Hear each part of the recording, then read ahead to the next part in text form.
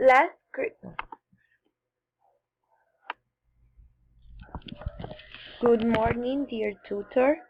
My name is Herminia Saurit, and I continue with my presentation.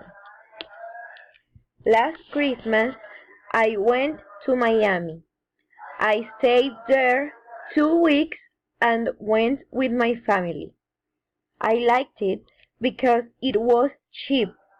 I just paid $2,000 for my mother, my father, my little brother, and I.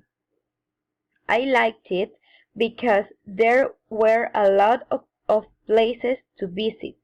For example, we went to the Miami Sea Aquarium, and we liked it a lot.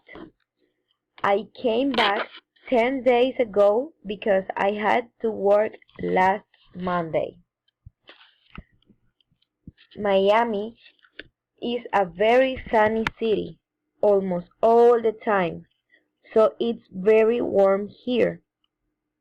Sometimes it's too warm that people have to go to pools, the beach, or stay at home in the air-conditioned air in order to fight the heat. In Miami, don't snow, so the weather here will never be snowy, cool, icy, muddy, or freezing. Some days could be a little cloudy and breezy, but overall the weather here is like live in an endless summer. In Miami, it is recommended that people don't stand too much time in the sun during noon. It is necessary that people always use sunblock lotion. It is important that when people go out, they use sunglasses and a hat to protect themselves for the sun rays. It is a good idea that when it's too hot, people go to pools or to the beach. It is recommended that people use light clothes. It is necessary that people drink a lot of water to stay hydrated. It is important that people don't leave their pets outside in the sun. Things you should do when planning a trip abroad. 1. You should pack your bags according to the weather. 2.